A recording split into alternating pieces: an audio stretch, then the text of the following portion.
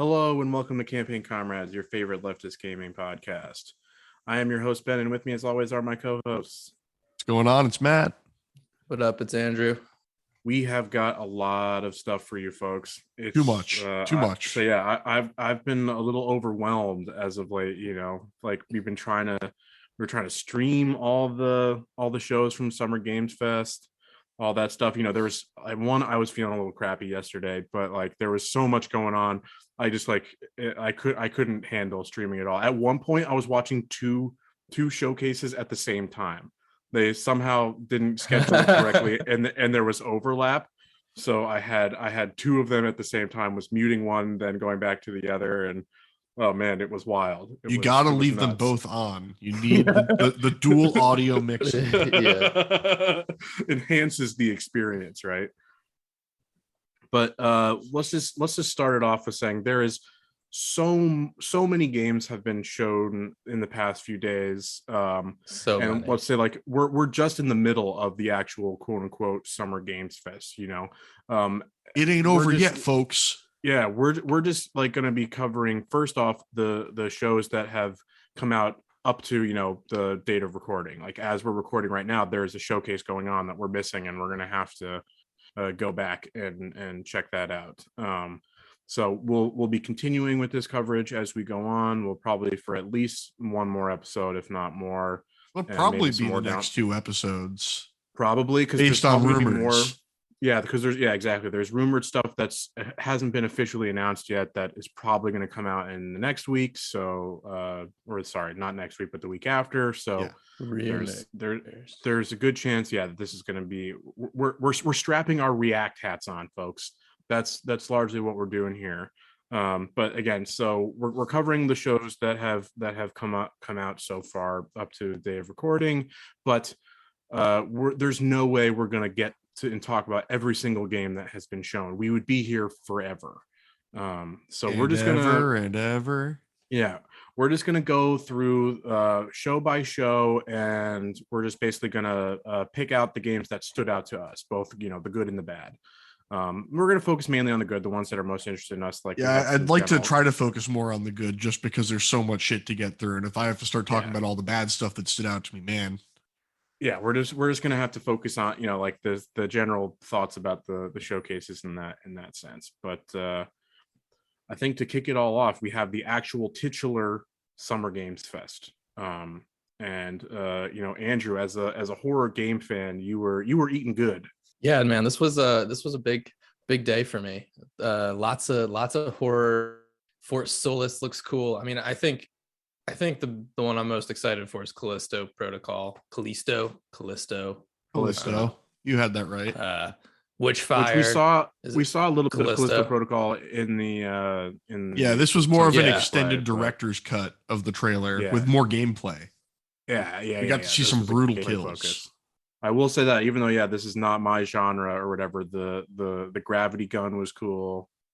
Getting sucked into the turbine was brutal. This is my type, like the type of horror I can stomach, because it's so like devolved from reality, like set away, that I can like play it without like having to leave all the lights on in my house. I mean, it's just a shooter. Come on, it's not that scary. Sure. But I was really excited for that. Especially, I like you said, we saw this earlier. I was excited then. This trailer just made me even more excited for it. The other one that I thought was kind of cool looking was Witchfire, which didn't give us much. Lots of gameplay, but I thought it looked kind of interesting. So we've known about Witchfire for a little bit. This was more like showing us like finalized or closer to finalized gameplay. Wasn't this the one that Matt, when we were streaming, we talked about? This is like basically they got to be so mad that Tiny Tina's came out. Yeah, it's like it was very Tiny Tina's Wonderland with the magic and the weapon. Yeah, it's a fantasy shooter, but like should fair enough. In that case, should absolutely just be silly. That's a silly concept. So I mean, I still have it on my radar. Seriously, it's a game that looks interesting. It depends on the price for me at this point. Like, for me, it depends. I think that's a $40 game for me, not a $70 game.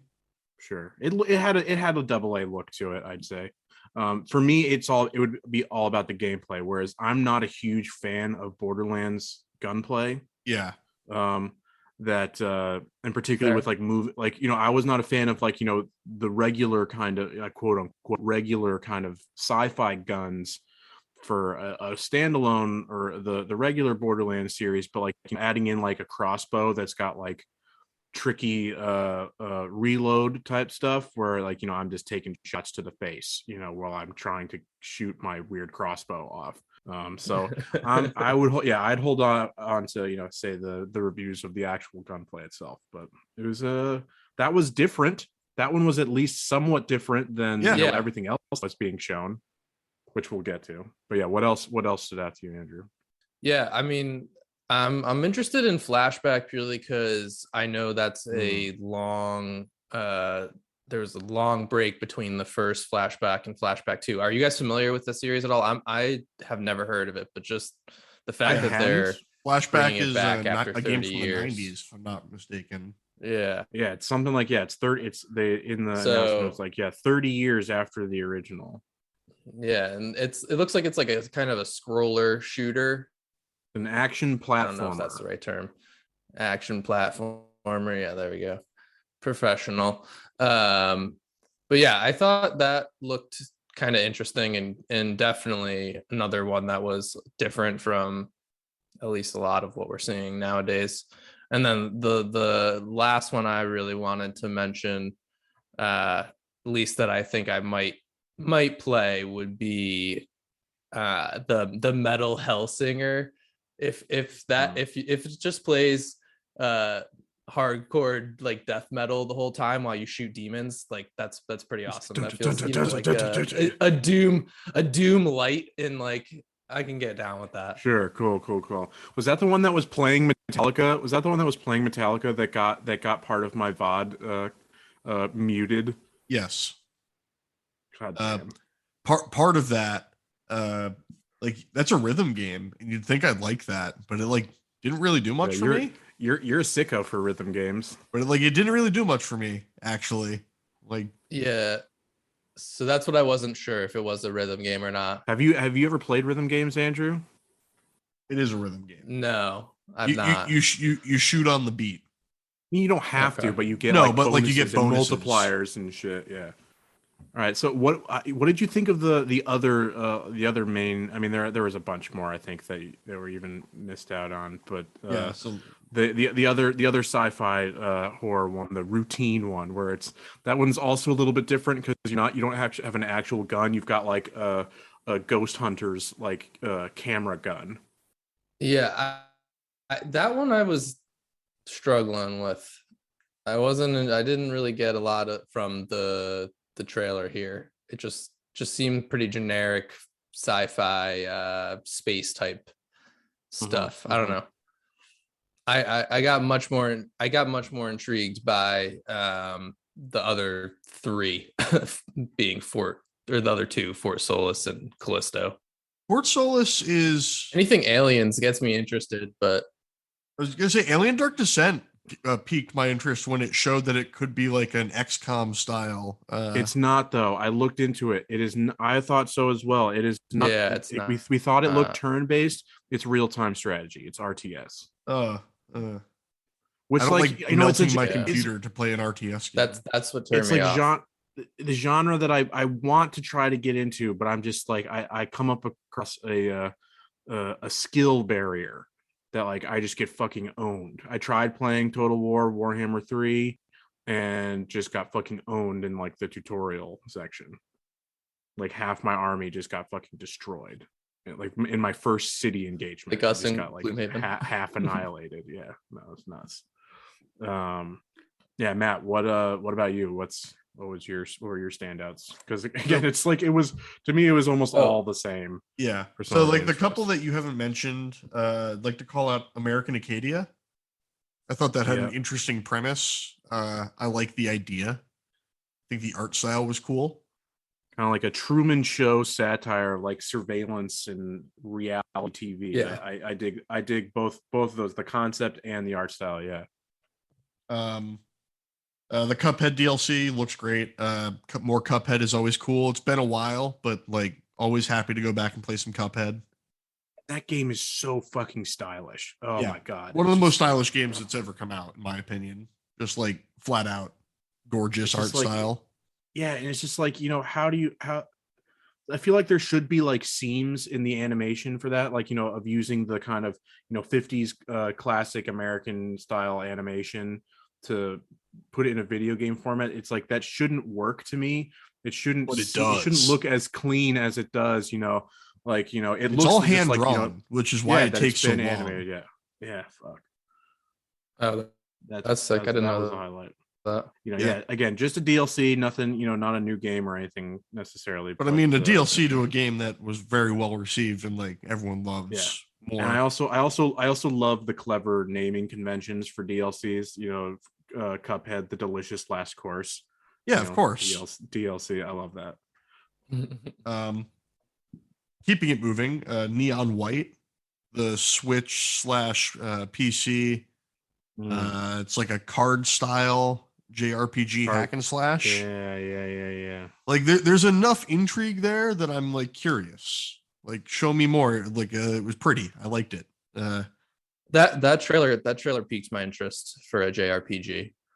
Yeah, there's some that seems to be a somewhat of a theme itself too, is moving into like the card style deck building combat thing. That was There was a lot of something deck building Mhm. throughout I didn't know that that Marvel's Midnight Midnight Suns Suns. was that, because again, as we That's said, what actually removed it from my list.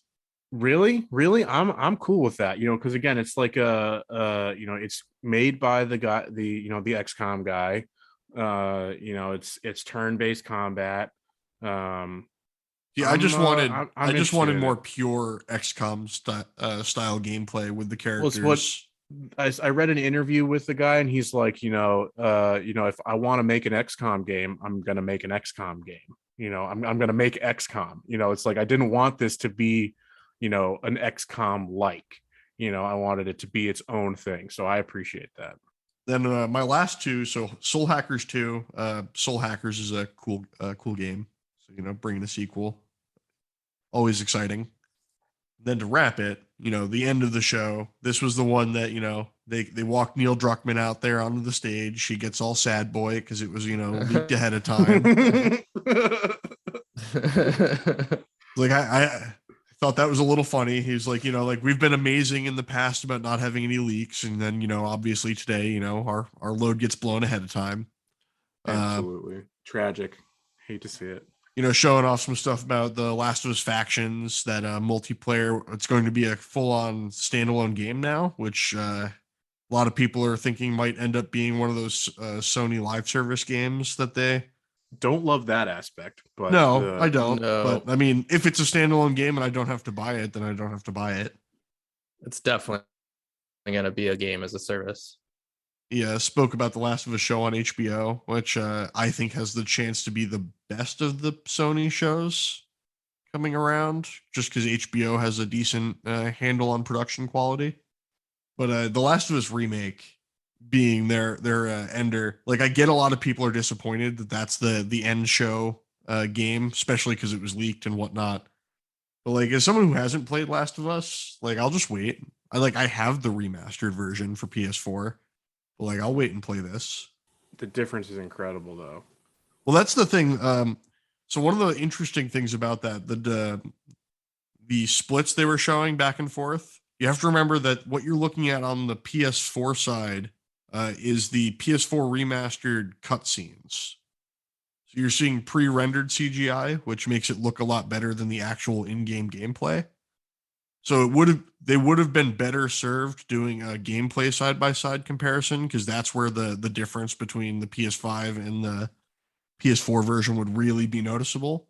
But even on the cutscene side by side, it was very apparent to me the quality difference.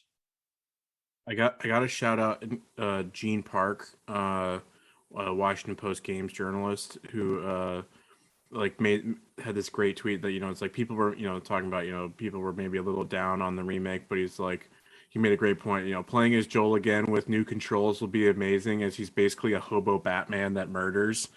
And it's just like, yes, that sounds like fun.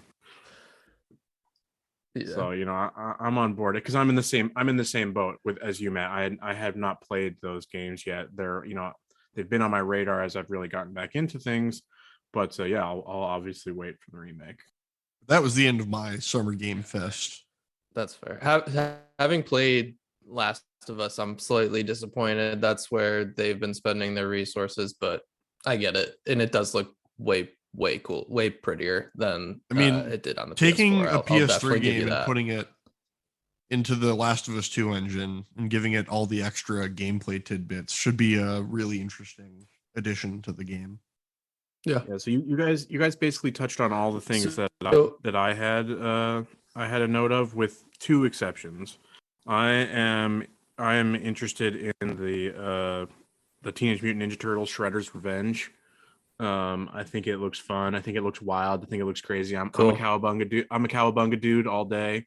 I mean, I said it on stream. that looks like the type of game where like it doesn't really matter what you're pressing on your controller, because like you ain't seeing what you're doing. Right, you were saying your point was like, because you can do 4-person co-op, which again, always cool, always here for that. And it's like, you don't have to worry about the chaos that entails with having so many people on screen at a time, because it's like you're like, can you tell what's going on? I can't, and I'm like, yes, and it looks good. But yeah, I'm cool with that. I like the the kind of retro style to it. So if that's like a $20-$30 game, I'll snap that up for sure. And then the last highlight for me, which is just the weird and wild twisted bit, was the Saints Row the Boss Factory demo. I totally need to need to download that, because I'm a day one for the new Saints Row game, no matter what. I'm here for that. And there's been so much press about the absolutely insane levels of customization that are going into it. So like that's a perfect marketing thing for them. It's like that one, because it'll transfer over. So you could, like, I saw someone tweet. Yeah, so instead of wasting your time on launch day building your character when you could be playing the game, you can do it before. Yeah, spending 14 hours designing the world's most perfect idiot. Like I can now do that. Yeah, modeling your character perfectly after the Chad meme man. Yes. No, like the possibilities are fucking endless. So I'm excited for that. I got to download that and get to work. But yeah, that was everything else for me on Summer Games Fest. What did we think about the show as a whole, though? So there's one thing that we haven't discussed that I really enjoyed, and that was the Rock Gym Simulator game. I was about to say, are you about to talk about a word from our sponsor, Zoa Energy and Black Adam? So that was purely just funding for the show itself. Just shilling his own sports energy drink that, like, whatever, and his newest movie. That's all he talked about. You missed one. He also talked about his role in Fortnite. Oh, right. Oh yeah, he mentioned what is he? The Foundation. Yes, that's his name in Fortnite. Whatever, that's stupid. But like, the totally nothing beyond that game related. No, that was purely just here. I'm paying Jeff Keighley some money so he can put on the show. Well, I heard an interesting take on that, where in prior Summer Game Fests, Jeff Keighley, or in prior shows, Jeff Keighley has had Vin Diesel and Michelle Rodriguez actually show up on stage.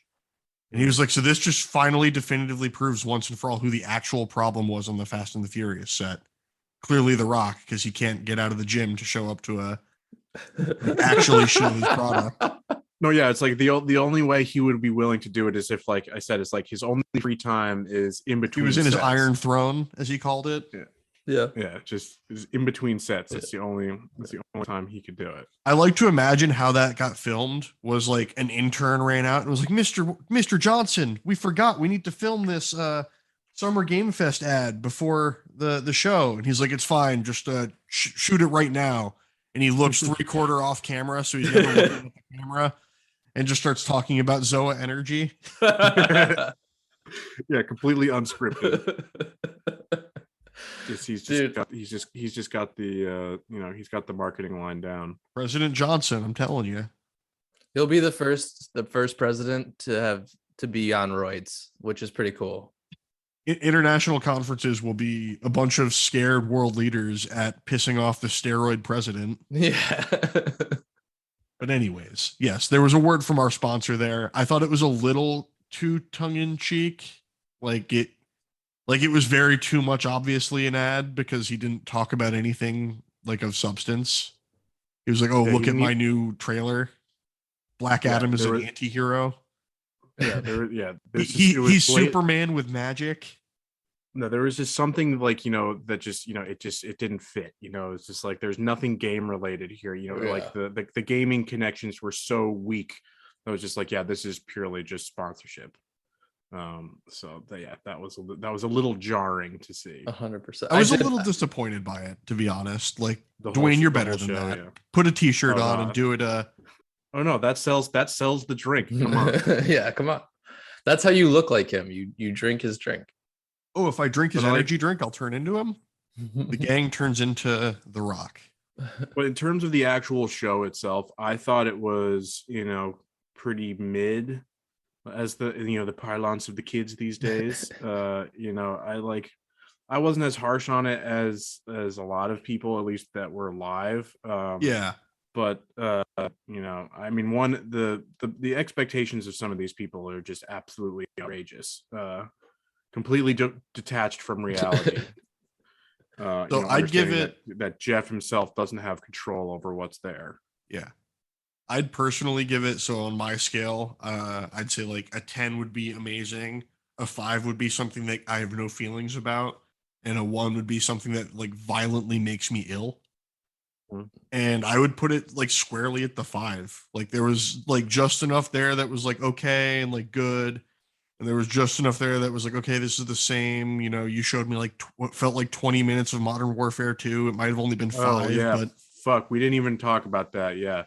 Matt, you're the one who found the poll that that was the most anticipated. It was a poll on YouTube by IGN, and it was basically like what games got you most excited from Summer Game Fest, and it was like Callisto Protocol, Last of Us, Modern Warfare, a couple others. Fort Solis was on there, and Modern Warfare was like the runaway favorite with like 60+% of the votes, and I was just dry heaving. Absolute degenerates. Smooth brained individuals. Absolutely. No, that's the perfect way to put it, because like that's what that gameplay was just. Literally, I lost pulse in my brain. So something that got pointed out, I've noticed. So apparently, when they did the Modern Warfare 1 reboot trailer, it was really focused on like high color and like very like bright and bombastic to show you the difference between what like the old Modern Warfare and what this would look like. And this trailer was on a rainy gray ocean ship with no real effects to show off with like ray tracing or anything like that. You had some like shiny puddles. Like, congratulations. Yeah, we talked about on stream that the like their attack boats, that got them to the thing literally looked like PS2 graphics. Love it. Remember my favorite was the sticker HUD, where it just looked like the HUD was just a sticker on the boat. Like Lego stickers, console Lego stickers. Amazing. But yeah, so that was middling at best, I'd say, the whole presentation. But then they moved it directly into. Didn't get Andrew's opinion on the presentation overall. I mean, yeah, no, I thought I'm with both of you. This was the games where we had some good stuff, we have some things that are whatever, and some similarities. Call of Duty, who cares? But apparently a lot of people. Yeah, apparently a lot of people. I just wanted to make sure we didn't skip anyone's voice on the most likely not the audience of this podcast. Oh no, that's. I said it during our stream. Like, there are people who this game right now, they are soy facing hard. They're so excited. This is their thing, and like, good for them. Like, I'm happy they have something that they're happy about. And like, most of them are like 8. Hey, 12. Don't disparage them. But yeah, so as I was saying, there was no pause in between this show and the next one. It just went It right just into moved- it. I wasn't even it ready. moved right into Day of the Devs, their indie showcase, which was cool in the fact that I had read beforehand they had like a crazy amount of applicants for that. And so of course because of time constraints they can't service them all, but like, you know, they spent a lot of time I thought Day of the Devs was fun. I thought it was spent cool. a lot of time showcasing small creators, so that was cool. Props to Jeff for that. I think it touched a really good basis of just enough of the devs talking about the game while gameplay is going on and stuff, and not just like Neil Druckmann talking for 10 minutes about The Last of Us on stage with nothing playing in the background. I think there is just one exception to that. I don't know if this will make your list, Matt, but the Desta game, Desta: The Memories Between, that was all B-roll footage. Yes, that is on my list, but okay, sorry. So go ahead. Yeah, let's start it off with the first game from Day of the Devs, Time Flies. Oh yes. What a beautiful hand-drawn black and white little, like, I love it. Like, it's such a cool idea. It's like the idea of playing with like different lifespan and like trying to accomplish your goals. Like there's a lot of people who look at that and they think that's kind of morbid, but I think it's kind of like really pretty, like beautiful to talk about the idea of like your life is like limited. Like, do what you can to like get your bucket list done. You're a fly. Do what you can while you can. Yeah, and yeah, I like the mechanic that the length of your playtime of your each run Based on country. It's based on your geographic location, the life expectancy of your area. So he like compared it to, you know, I think the developer was, he did the Netherlands and the US. So I was like, and he was flexing on us because he was like, in the Netherlands, the average life is 84.4, and in the US it is 77.7. Yeah, so yeah, we're here going to get stuck with each run is 77 seconds. You can change your region. He showed that. Oh, okay. Is it really that much more? Is it really 84? I'd believe it. I don't see why he'd lie about that. We didn't fact check this man. You're right. All right. Yeah. All right. I believe him. Yeah, catching us unprepared on that one. But yeah, that one was on my list. That one was on my list for sure. But like we talked about this, it's price dependent. Yeah. You know. I mean, all these are indie games, so they're not going to be $60+. Like, we know that. Sure. Yep. Follow it up right away. I said this on stream. Remember, the second game stood out to me, but I couldn't tell you what it was because we were just glazed donuts at that point. Modern Warfare had done its damage to us. Yeah. Planet of Lana. Yep. Okay. We've seen it before, but good to see more gameplay. I thought it looked really pretty. I liked the gameplay loop. It looked tight. That's the one with your little cat friend, right? Yeah. Like who doesn't want like this? You know how we said like it might be the year. Last year was the year of the loop. This year might be the year of sci-fi horror. No, fuck that. This is the year of cat games. Year of cat games. This is cat friend year. Yeah, absolutely. Yeah. I'm here for it. And absolutely, like, let me go pet my cat friend right now just to like wake her up so that she gets pissy at me and makes my life miserable. Continuing right down the list, I mean, Choo Choo Charles. Oof.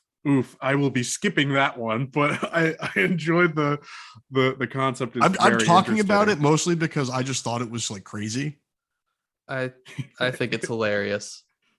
So like, oh no, Charles, he's coming to get you. I don't know if this was talked about on the stream or if this was talked about in one of the podcasts I listened to.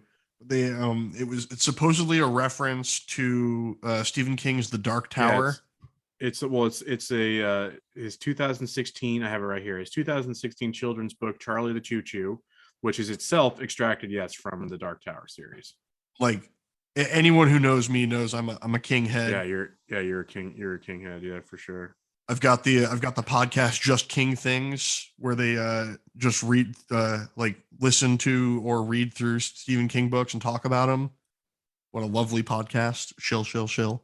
But Choo Choo Charlie or Charles, whatever they want to call it, that is a horrifying game. Like I think this one is the one I'm most excited for of any of these. The idea of a like it's so train, out there and cool.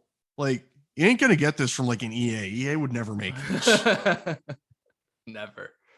It is a survival game. It is a survival game. It is a little bit of a survival game, but I'm imagining it's very small, so I think it'll be okay.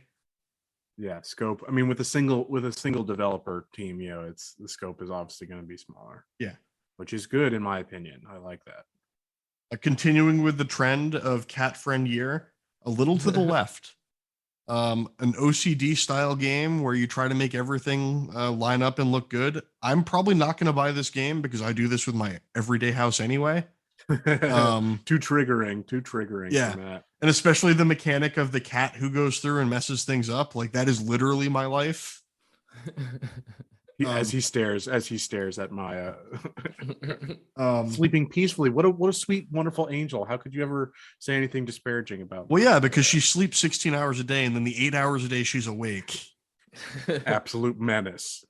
I think a little to the left looks cool, though. I think that's definitely people who like the unpacked style games. They're gonna love this. This is right down their alley. You know, the type of game where you could play like relaxing, depending on your personality. I guess some people might find that incredibly stressful. Yeah, the people truly with OCD like will just they'll just be scratching themselves. Just oh my god, this damn cat.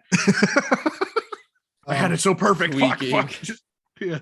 To continue referencing games that I'm not really going to potentially buy myself, but I acknowledge will have a market. Bear and Breakfast.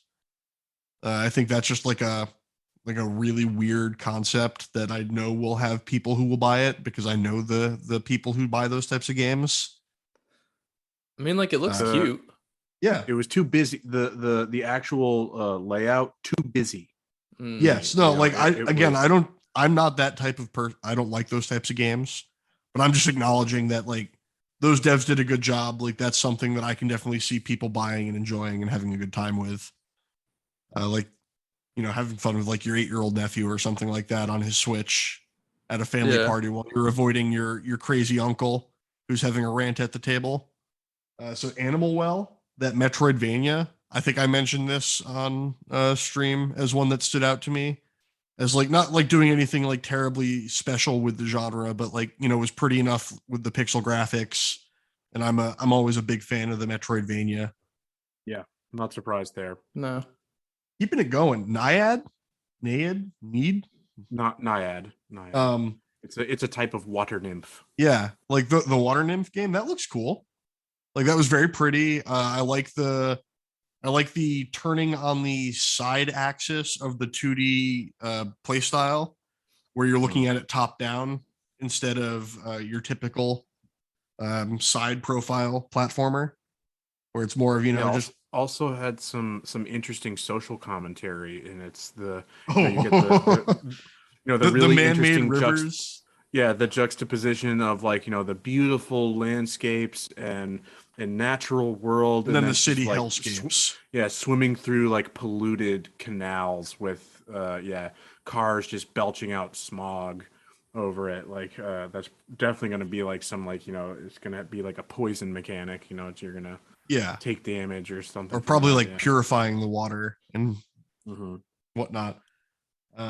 To keep it rolling, Desta, I just want to mention this because that was an announcement that I don't think showed much of anything.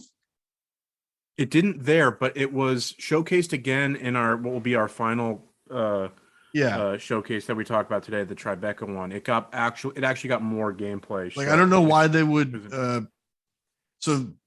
We talked about this on stream, and that was kind of one of the more egregious ones where the developer kind of sits there and holds you hostage, where they're like, I poured my heart and soul into this game, like everything I've ever done. Like, please, I hope you love this game. And like, literally putting a gun to the screen. It's like, if you don't love and buy this game, I'm going to kill you and myself. Yeah.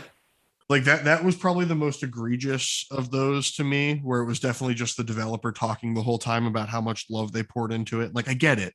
Like, we all have our passion projects, but at the same time, it's sometimes better to talk about the game and like let the game show how much love you put into it, if that makes sense. Don't tell, motherfucker. Yeah. Show don't tell. It's a classic. It's classic storytelling. Come on. I do think that one is very interesting though. Like it's got some it's got some kind of wild mashup mechanics of, it's like, it's a roguelike turn-based, but then like dodgeball is like the main thing. Yeah. You're beaning people in the face with dodgeballs, but it's, all about, I mean, this was also a theme of all these games. It's like dealing with, death and loss and and all that. And I mean, that's stuff, that's something I think games do a decent job of, because they're, for some people that's a really hard thing to cope with, and to have something to work through that with can help. And for some people that can be a game, that can be a book, that can be a movie. Absolutely. But this was my standout from Day of the Devs right here, is Shim or Skim. Oh, Shim. I'm totally on board for Shim. This is so fucking cool, man. This is such a cool idea. Like jumping through the shadows, so like you're looking at the world from a completely different perspective. Like the movement aspect, like the art is really cool. Like this is my standout game from Day of the Devs. This is a day one purchase for me. Such an interesting take on platforming, like completely shifting the literal axis, of how you're moving and how you want to know the part that hooked me was when he was using the ladder shadow and he was jumping up the rungs. See, for me it was the bits like where it's like a car passes by. Oh, and so you jump into that and it takes you for a ride. Yeah. It's just like so in, it didn't like, it's such a new cool idea, but then when you think about it, it's so intuitive, into actually how you could quote unquote gamify that. I was going to say, I think especially that's something that like isn't a super abstract concept that I think a lot of people will be able to like understand really quickly and easily, like the idea behind it. I'm with you guys. This was one of the few on this list that really got me interested, and I was definitely like, that's something I want to pick up. I think the concept itself is, similar to like what you all just said. Cool concept, beautiful art design. I like the sound design too. I mean, you mentioned it that like potentially the jumping sound could get old, but like it was cute. Like could potentially get a tad repetitive, because that's the whole gameplay is doing that like the little kind of frog jump plop sound could get a little bit repetitive. That would be my one criticism.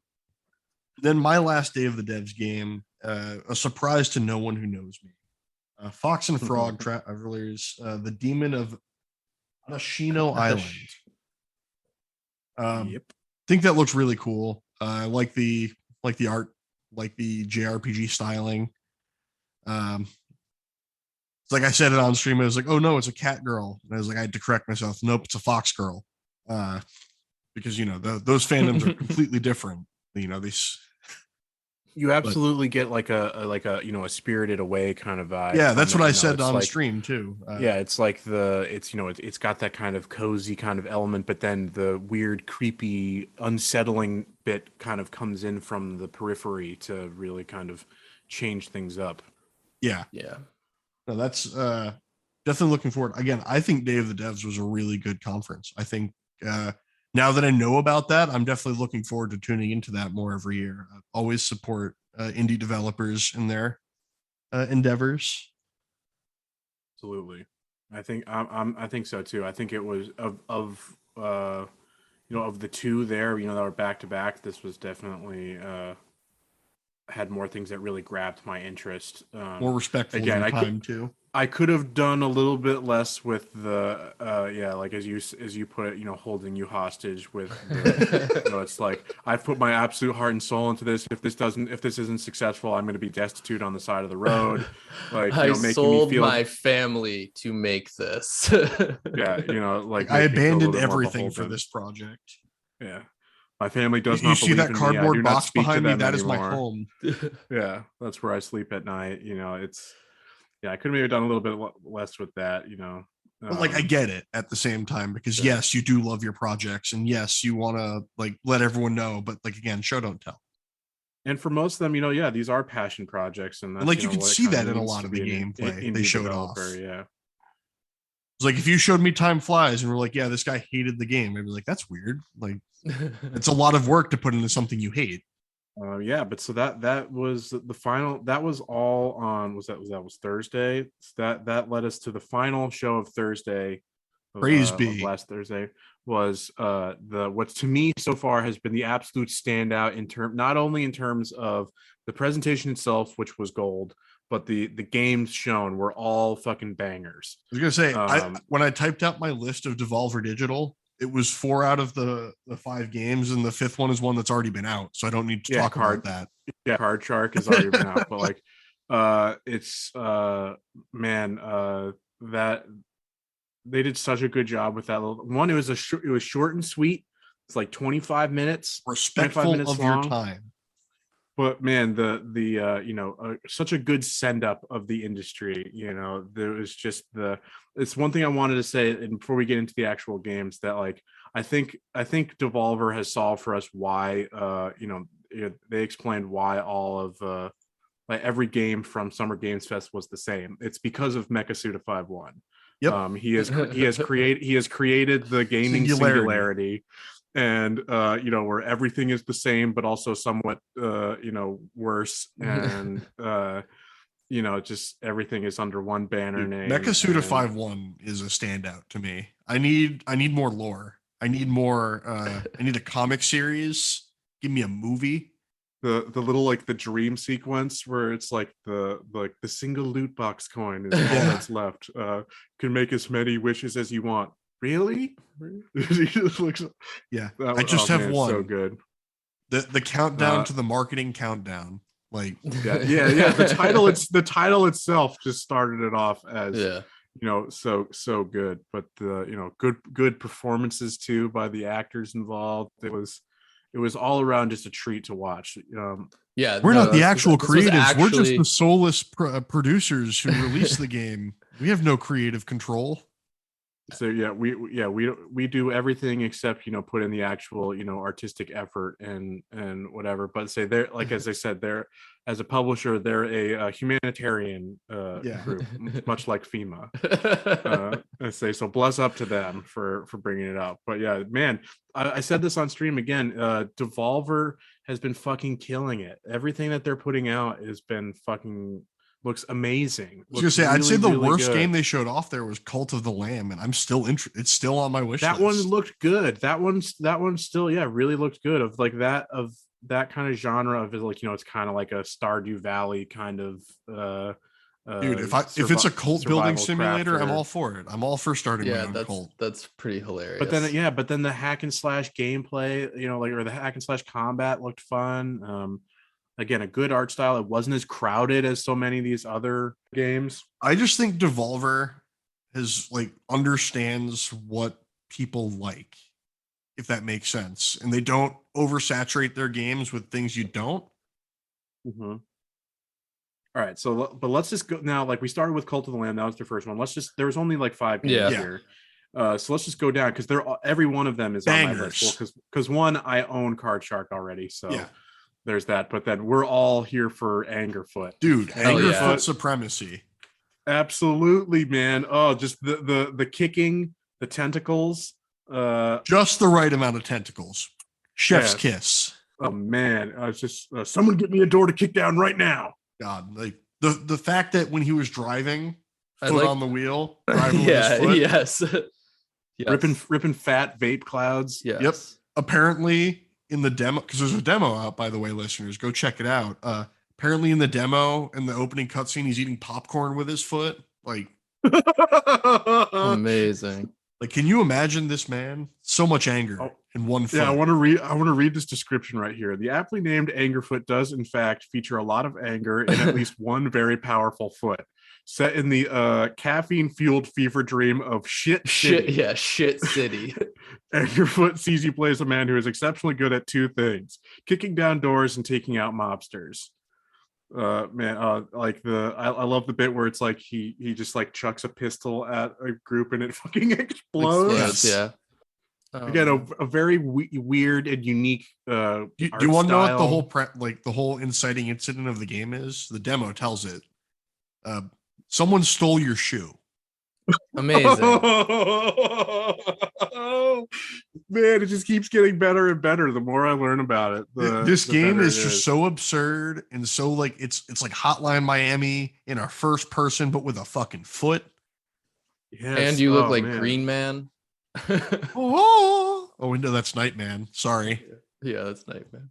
Yeah, so the next one was Card Shark. We've go check out our stream, go check out other things we've talked about. Card Shark, I'm a big fan. Another great art style game, cool ideas. Yeah, the art style sweet. Then the final two are the games that oh, like are probably soy the face. two biggest ones that I'm most excited for that we've seen and that like are going to be day one purchases for me. Oh, The Plucky Squire, man, that one dude. looks so good. It looks so imaginative, and it's literally jumping from the page. Dude, I was sold on the game just on the book. I was like, if it's Sure. just like a page turning game, like that's super cool. And I'm in on it. And then he stepped off the page, man. It was And that like interacting with all these different environments, different gameplay styles, because it like then goes into like a like there's he's like fighting aliens, he's got a jetpack at one point. like the 3D environment has that Link's Awakening polish on it. Like the remake they did for Link's Awakening on the Switch, that like claymation toy style, like shiny Pixar. But then he does the thing like it's like a Link Between Worlds and Super Mario Odyssey where he like slides onto the mug and like slides around the side of the mug on like a 2D. Like I'm so for whatever this game is going to bring. Yeah, I think it looks really awesome. I just hope I hope there's more 3D than 2D. I don't know why. I just don't get that. I just don't love the 2D platform. I sometimes agree with you in that, but I would say the 2D stuff looks really interesting. Like because again, it's the variety of environments. Like moving on to the side of a mug that's a desert theme, or like a desert cowboy theme, and then onto like a UFO thermos type stuff. Again, it's the variety that it's bringing out. I think is what it is, where that really sings, and the ability to move kind of seamlessly from these different settings to one another is really cool. But yeah, when we were watching it, we were like, is this looks like a a Pixar movie? Is this going to be like a Toy Story game or something? Yeah. But and so that's also very much what the 3D graphics has it's very evocative of that. So it's like it seems silly, it's it's wholesome, probably kid friendly, but like it just looks fun. The gameplay looks fun. I was sold on it when it was a book on the book. Like you got me already, Devolver. Like you know me apparently. It looked good. And then the final one, which if the internet is anything to believe, this has been the most popular game that's been announced so far. The one that universally has blown up. Guys, I'm just a demon and I made must of skate. glass and pain. Yeah, made of glass and pain, and I must skate. I must skate, folks. Within Skate Story, it looks gorgeous, sounds gorgeous. The skating looks crisp. Fun. I did see someone point out, and it's like, what could make or break this game, however, though, is how they choose to do the skate controls. They're like, is it going to be like your Tony Hawk Pro Skater, or is it going to be more like Skate? Yeah. Well, when you make a skating game, you get compared to the goats, so you're going to have to come out. But like the gameplay looks so clean and smooth. And so it looks like it's going to be like we kind of like piece it together. It's probably going to be something like a roguelike, where you've got like levels that you got to skate through, and it's incorporating the whole glass element that if you fall, you break and you die, and you got to restart the level. Yeah, I think that's probably a fair estimate of what this game is. One of the Canadian there. Ooh, sorry. A boot.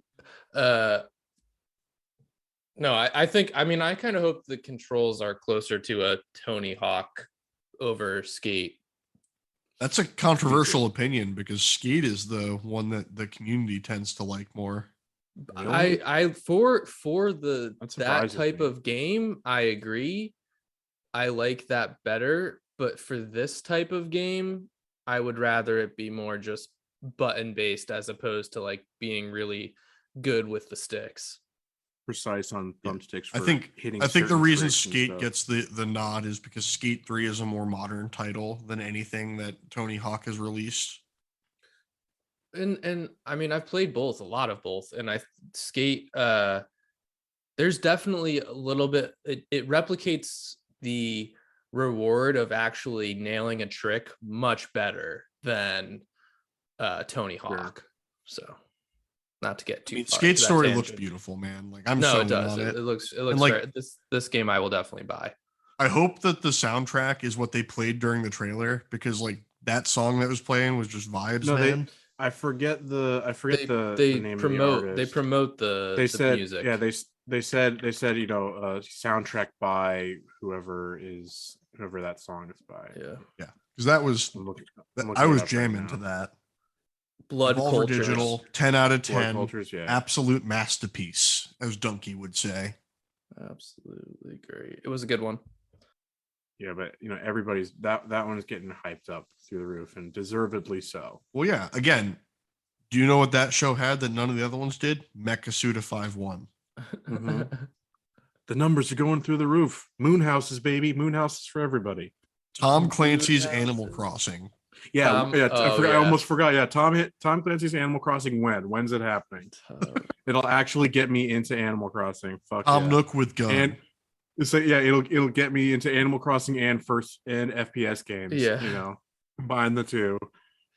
You'll have read all of the Tom Clancy novels.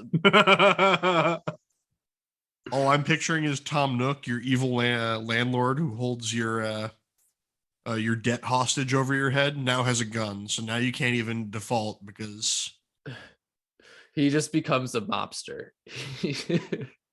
yeah, you wake up in your house one day and there's a beheaded. I don't even know. I haven't played Animal Crossing in forever, so I'm not gonna. A weird raccoon creature. Yeah, I'm not gonna like step out of line here and try to say There's an like animal any that's kind, not in the game. Yeah, there's any kind of Cancelled. animal. I'm pretty sure.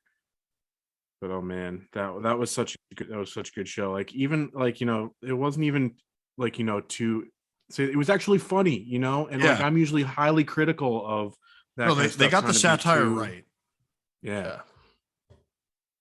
But like I say, they really talked about it. Again, it's like the hyper consolidation of the industry. And, I was joking about say it's Mecha Suda 5-1's fault. He created the singularity, but it's like they're actually correct. That is totally why every game from Summer Games Fest looked the same. Why it's the quote unquote year of Cat Friend. the sci-fi yeah, or the sci-fi horror game.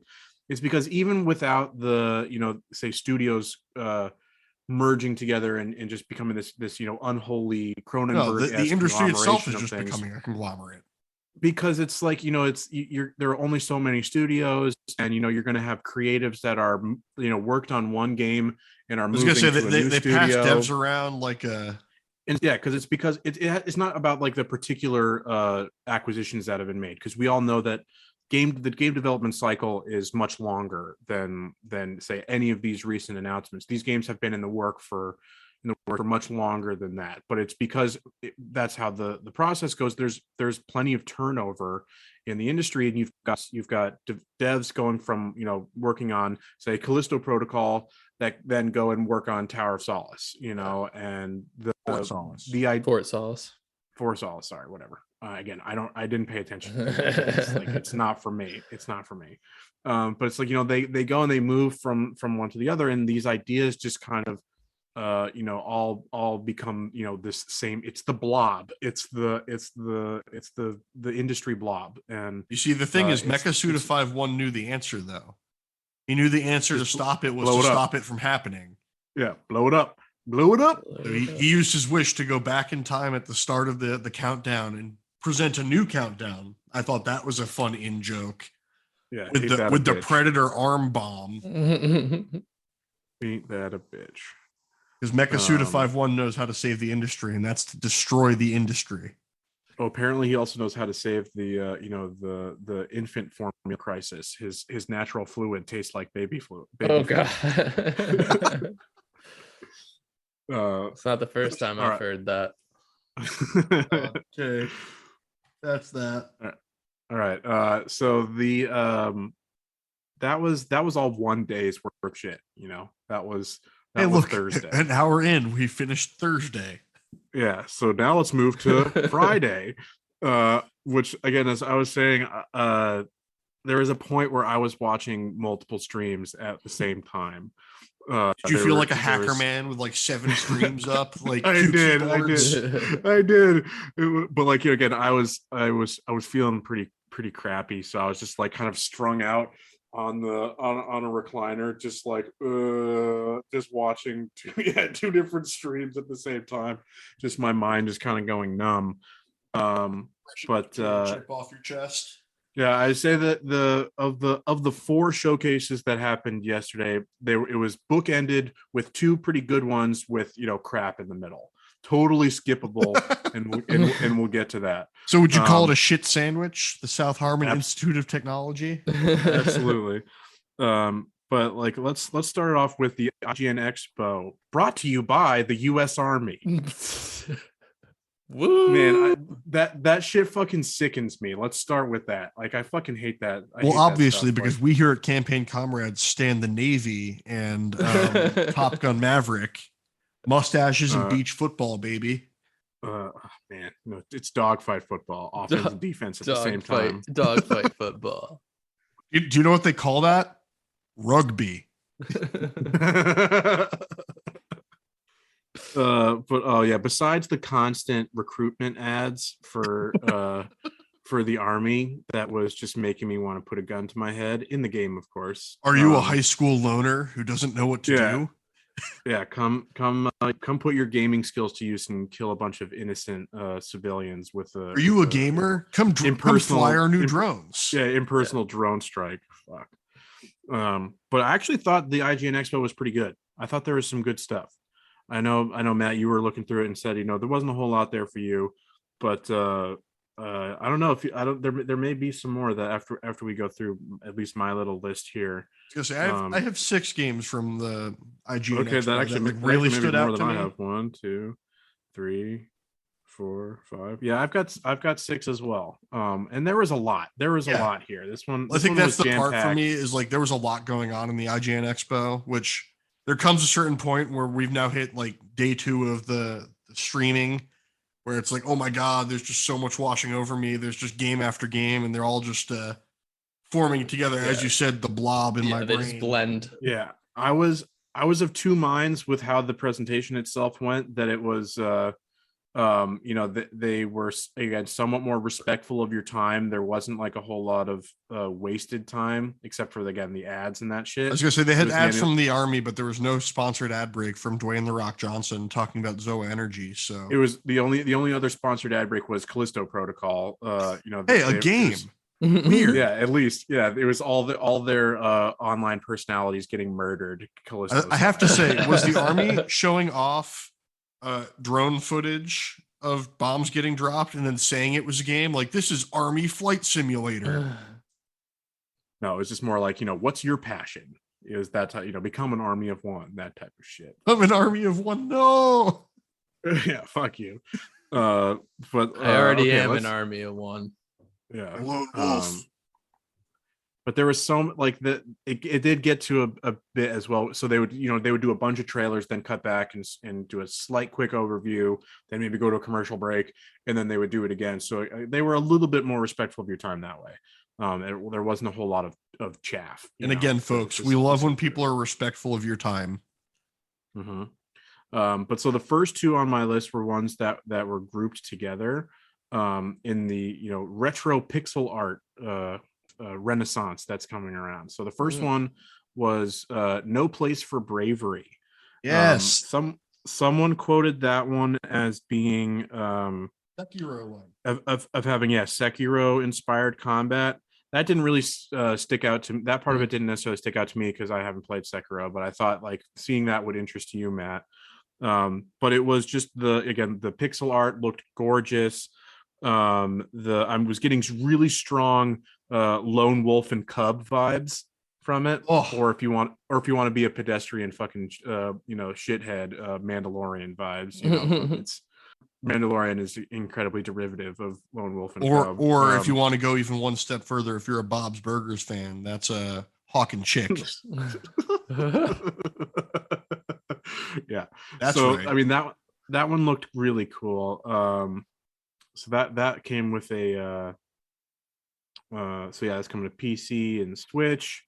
So that's coming out in September. September is looking ever more packed with lots of games. I mean, that's what these summer shows are supposed to be doing. Is supposed to be filling in the second half of the year so we can plan out our money spending problems. Yeah.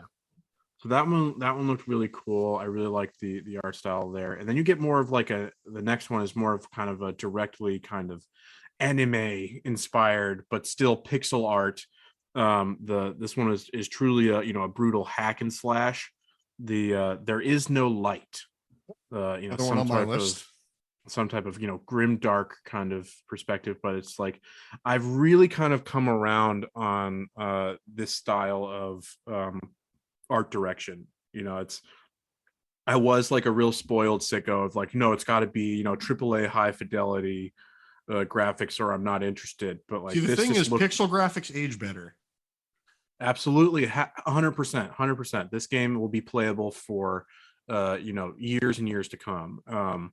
It's just, this looked really bombastic, which was interesting in there being this is a truly grim dark setting, with like their say again, as the title says, there is no light, but it looks I mean, and Matt, you'll love it, the inspiration from anime and JRPG. You're fighting against some type of corrupt church element, like classic themes right there.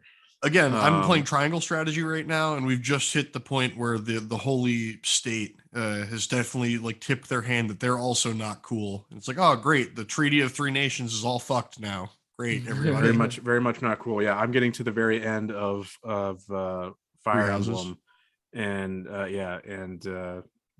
all the church's nasty little secrets are really. I was gonna say, have you had to kill a big mommy dragon lady yet? Not yet. We just rescued her, but we know shit's going down. She's yet to really really kind of come clean on everything. Did you like the revelation that she is also big mommy dragon lady? Oh, that was earlier in the game. Yeah. But she's the immaculate one. So yeah, that's you gotta love it, folks. Right there. So yeah, I'm there for that one. It looks really cool, really pretty. So that was on my list. So yeah, those two were in the same group together, and those looked really cool. So now we're getting into some more interesting territory. I don't necessarily know that this is one that I'm really gonna buy, but I'm intrigued by the concept of Trail Out. That's like this basically car combat crash simulator, essentially, is what it is. All I'm saying is, if you want to experience this, just go down to Massachusetts. Yeah, but it looks like it has some actually really ridiculous and fun game modes, like the one where you're ejecting your driver through the windshield and throwing them at a big dartboard. Like, that is wild enough to me that like to pique my interest. Like, I would have to wait and see. It's like, yes, is that a game mode that you can do? Because that would, that sounds like that would be great for stream. Yeah, that's a fun little thing to fuck around with, and not devote too much time to. But if that's just like a single level in the game, that would bother me. That would be not enough. But if you can like pick those game modes, or like 100-pin bowling, but with cars, with crashing your car, that sounds kind of fun. This one got me excited because it did remind me of I think, what is it, the Burnout games, which there was essentially the whole purpose was you just tried to crash your car, or at least there was a game mode where you just tried to cause giant car accidents, and it literally lets you go into like the middle of traffic and you like hit a giant oil tanker and it blows up. It was amazing. Hilarious. Absolutely. And look at that, you played that game and you never had the urge to drive your car into traffic and blow up. Like, see, violence in video games doesn't radicalize people. How do you know? I haven't ever thought about it. It just makes us have special. You did live in Connecticut. All right, so yeah, this IGN was actually, I think, the most packed. There's a ton here. there's a whole lot of stuff here, so we are not going to come nearly close to getting to everything. And there's probably some that were interesting that like, you know, we could talk about, but we're you know, we're just not going to. We're already at over an hour in, so, and we still got, Oh, we're good. in reality, at least one, but technically 3 more showcases to get through. So the final games on my list, I just had the question about the Vice, you know, like Yes. the TV show Vice, the Vice Undercover. I'm like, is it God. propaganda? Is it anti-drug war? I can't tell. Yeah, I honestly, that's what I was. can't Is it tell. both? Yeah, I mean, that most likely that's probably it. Yeah. But it's like, because yeah, you're a vice cop, you're taking out you know, drug cartels and that kind of stuff, like with some interesting kind of hacking gameplay. That is what really caught my interest there. And you know, I do like the Vice aesthetic, like, you know, the Miami Vice aesthetic, the, you know, the neon colors. I do like that. But it's like, yeah, is it propaganda? Is it does it maybe have actually some interesting politics? But I doubt it. But Yeah, that was my initial thoughts. I saw that and I was like, this is kind of cool. I'm just gonna frame it as we're trying to take down the CIA's money making operation. Yes, absolutely. No, if that's what it is, hell yeah, I'm there. Bless up, I'm right there. And then I know there's one that you wanted to get to, Andrew, but the last one that, you know, maybe kind of is potentially interesting is before that is Ship of Fools. It's like, I think it's like it's like trying to be like, you know, the next It Takes Two, you know, a game that requires co-op, you know, which is, you know, something interesting and that It Takes Two was fun. I enjoyed it a lot. You know, it's obviously it's not the same kind of gameplay at all, but like, Oh no, just the concept of requiring you have to have 2 people to play it. You can't play, there is no single player mode.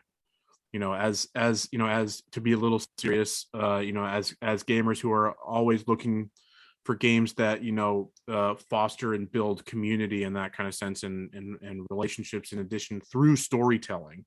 You know, I'm supportive of games that are that build around that premise. So I'm that one is on my radar for sure for that reason.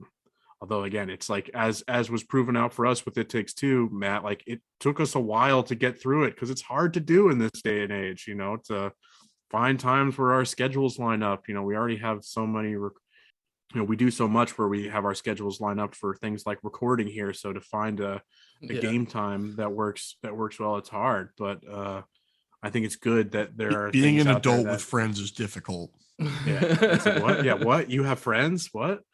All right. So Andrew, I know you've got thoughts on this one, but the other one that, for one, the concept, 2, the actual gameplay is like what's got me, is Rat and Right. You're playing as like rats, mice, roaches, and lizards in, I mean, the Reich would have you maybe think it's World War II, but I think it's World War One. But it's rat person turn-based combat about the horrors of war. Fuck yeah, man. Absolutely am I there for that. That is, I am, you know, I love me turn-based combat. The concept is wild. But yeah, you pointed out some other connection that I totally missed. Yeah, no, this just felt like it was like Mouse with a real-time strategy Call of Duty flavor, which is a graphic novel about World War II, where the Nazis are rats. So that is just like immediately where my brain went when I saw this. And I think watching the trailer again, I do think you're right. This does look like it's probably World War One, not World War II. I'm not certain of it. It's, you know, it's because they have like, you know, the Kaiser helmets, yeah, you know, the spikes exactly. on the top of the helmets. That's what I just saw this time. But yeah, I mean, like, I just would love, why I just want to know more. I like, let's I do want to see what it has to offer. It looks pretty cool all around, to be honest. I did find it somewhat interesting, even beyond that connection to Mouse, which is one of the books that I think Missouri banned, or, you know, one of those states banned, because what do they call them? Arkansas? in it. Yeah, yeah. But yeah, that one looks really wild and really interesting. Yeah. So I mean, and probably actually has some good politics. It could. It you very know? well could. So yeah, let's that one is that's definitely to keep a lookout for. So you guys, did you guys have anything else? Because again, there's so much here. There's so much here. Yeah, I mean, I've got a couple more. Freaked Flea Pit looked interesting. Again, rhythm game. Yep. Always Yep. draws me in. Find an interesting concept. Oh, is this the one? Is this the one where the character, like the one of the main characters, is being voiced by Lily Pichu, the Yes. Twitch streamer? Yes. Hmm. I thought from what I heard from her, I thought she did a really good job. Apparently, Seems she's like a also a very. musician. I knew that. I knew she was a musician. She did. She's done the stream music for Hassan, which is very funny. But she seems like a very very talented voice actress.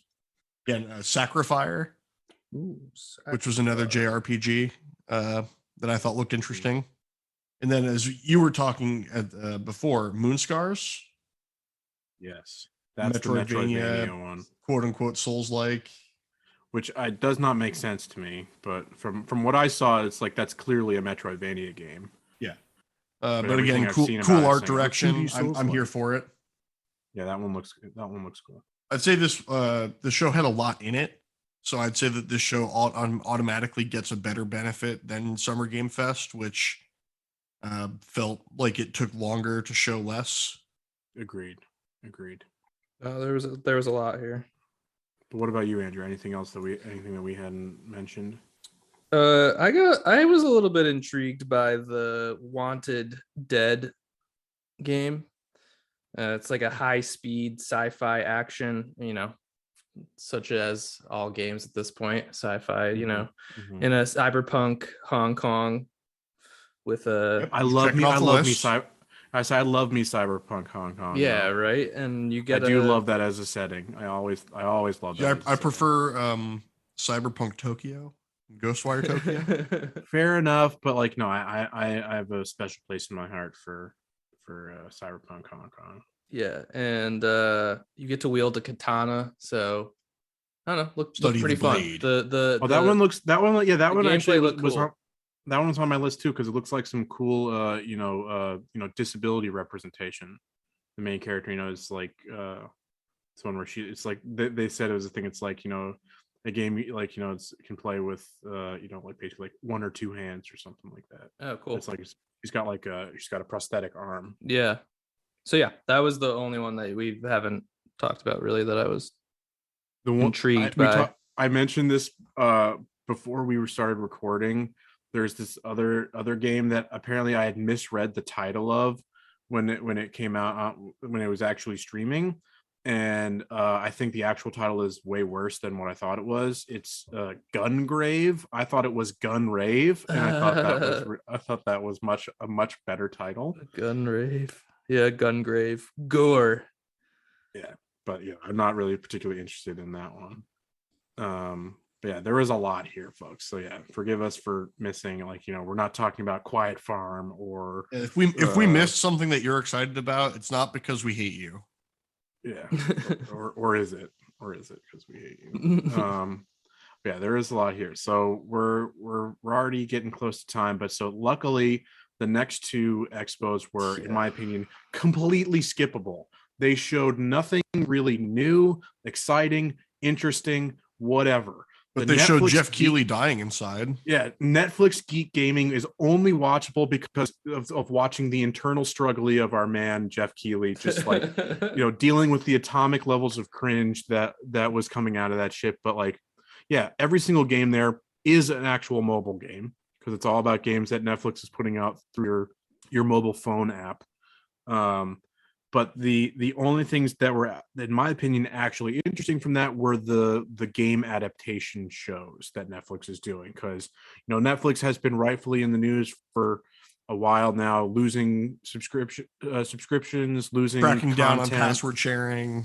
It's just like and their content and their library is growing shittier and shittier all the time. The one place they're actually doing well is with the animated content that they've been putting out, like the Witcher animated show was good. The There's an animated The- Witcher show. How did I miss that? Yeah, it was like a season. It was like they did a season of it. It's like Season of the Wolf or something like that. I forget the exact subtitle. But then the Arcane was really popular and was well done in my opinion. And this is coming from someone who could not care less about League of Legends or anything like that. But, so the main one though that I'm neither do the people who play League of Legends. Yeah, they have such disdain for the game and themselves. But the one that I'm actually interested in was the Dragon Age Absolution animated show. But I have the question for the developers though. How horny is this show? Because if it's not horny, it's not Dragon Age. Because let's be real, Dragon Age is more of a dating sim than it is an RPG. Well, yeah, it's BioWare again. Yeah, if the game is what not are they known horny, for? Yeah, if the game does not have sufficient levels of horniness, it's a thumbs down. But then they list other shows. They have another.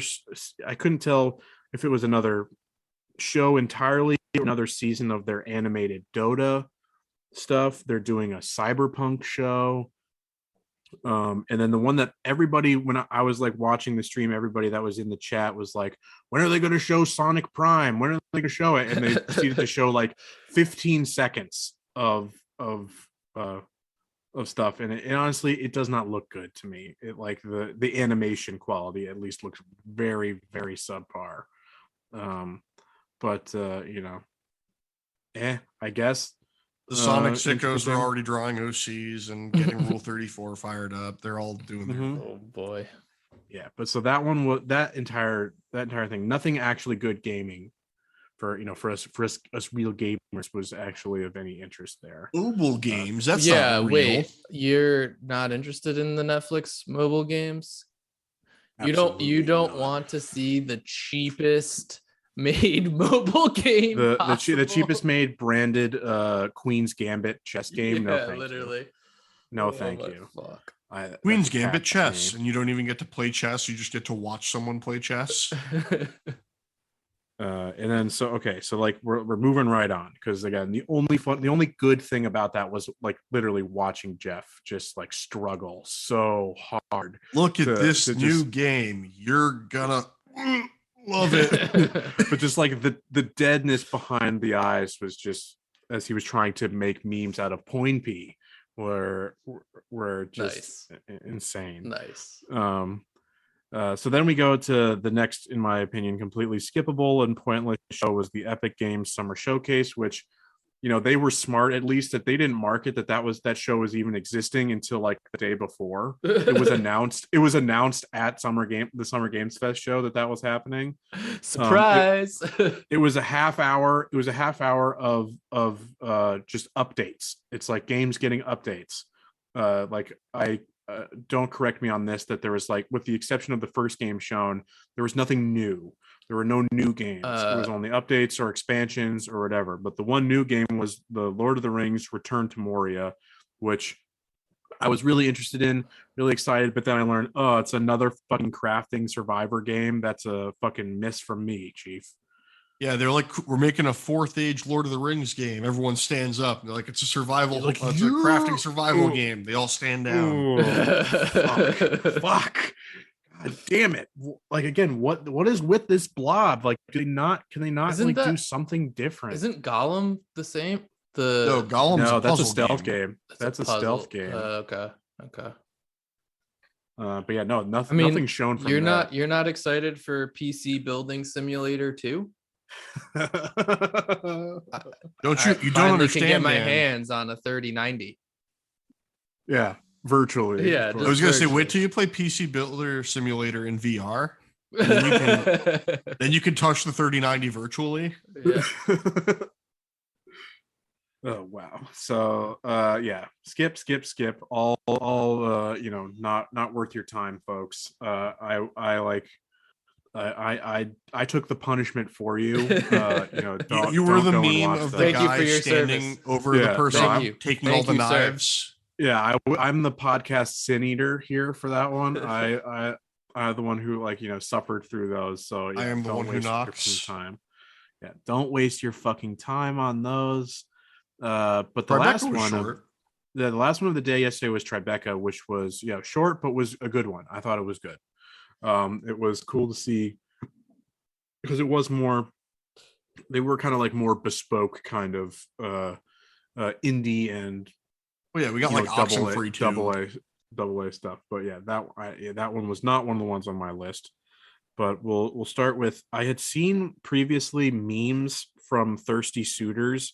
The really funny bit is where the main character, I think it's Jala is her name. I want to make sure I get that right. Yeah, Jala.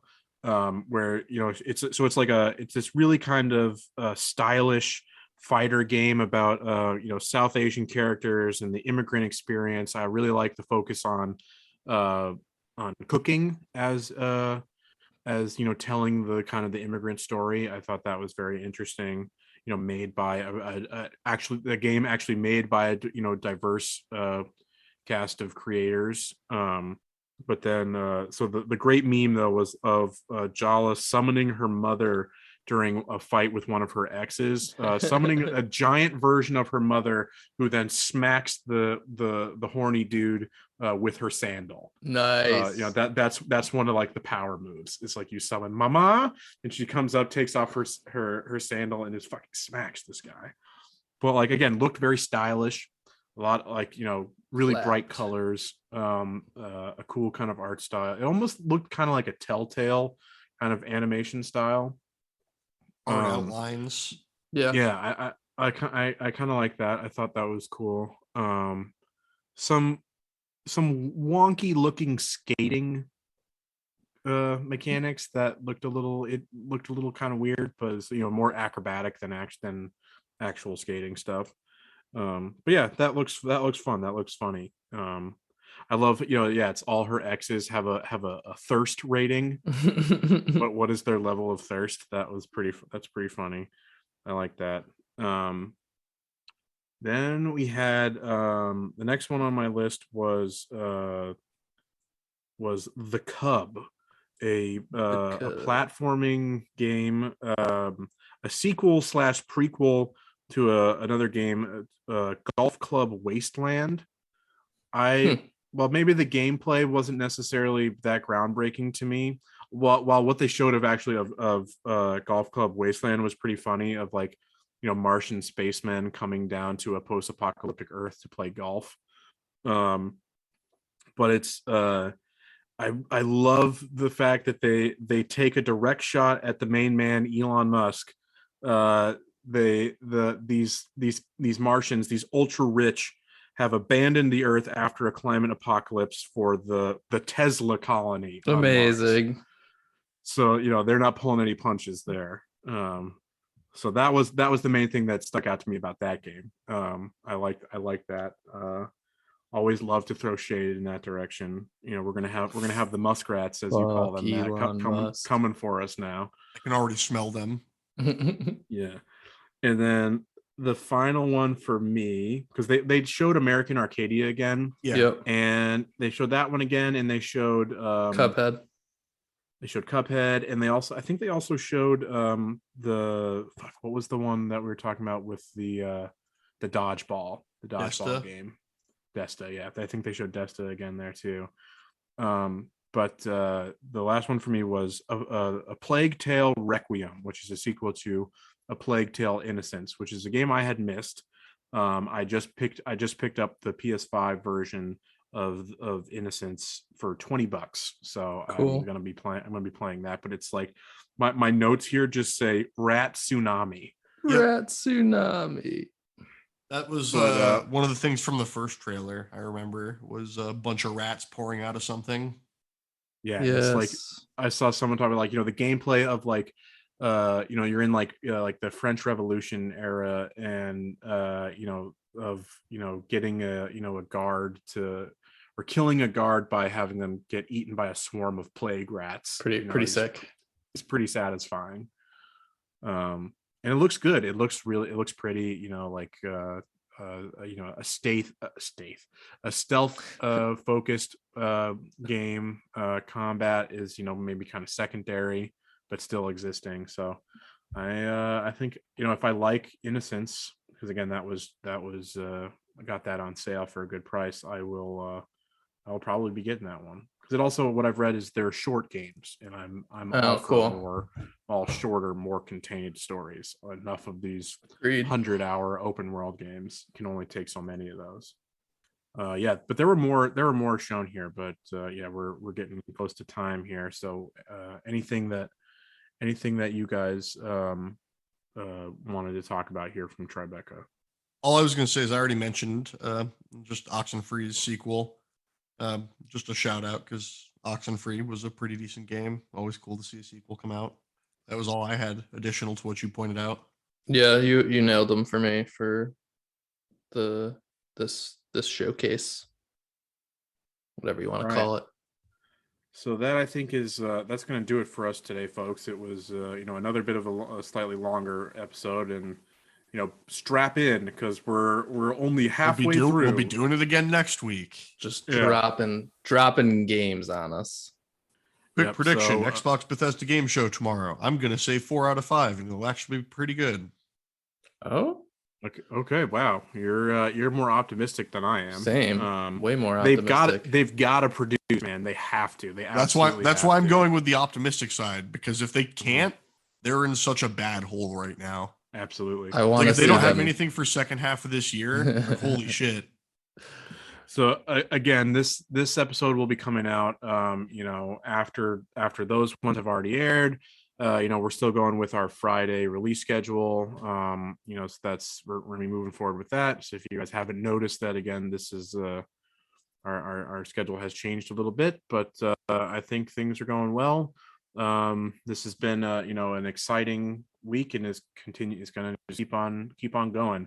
But for more immediate impressions, you can catch us on Twitch, where we've been trying to stream as many of these showcases as possible. When my computer behaves and doesn't crash halfway through. But yeah, you can follow us on Twitch at campaign_comrades. Follow us on Twitter at CampCompod. Anything else to plug, or are we just we calling it for today? I think you nailed the plugs. All right, boys. Till next time, we will see you then. Love you. Smooches. Bye-bye. We're going to be the singularity. Oh, yeah. It's happening. It's going to happen. There's nothing we can do. All right, peace.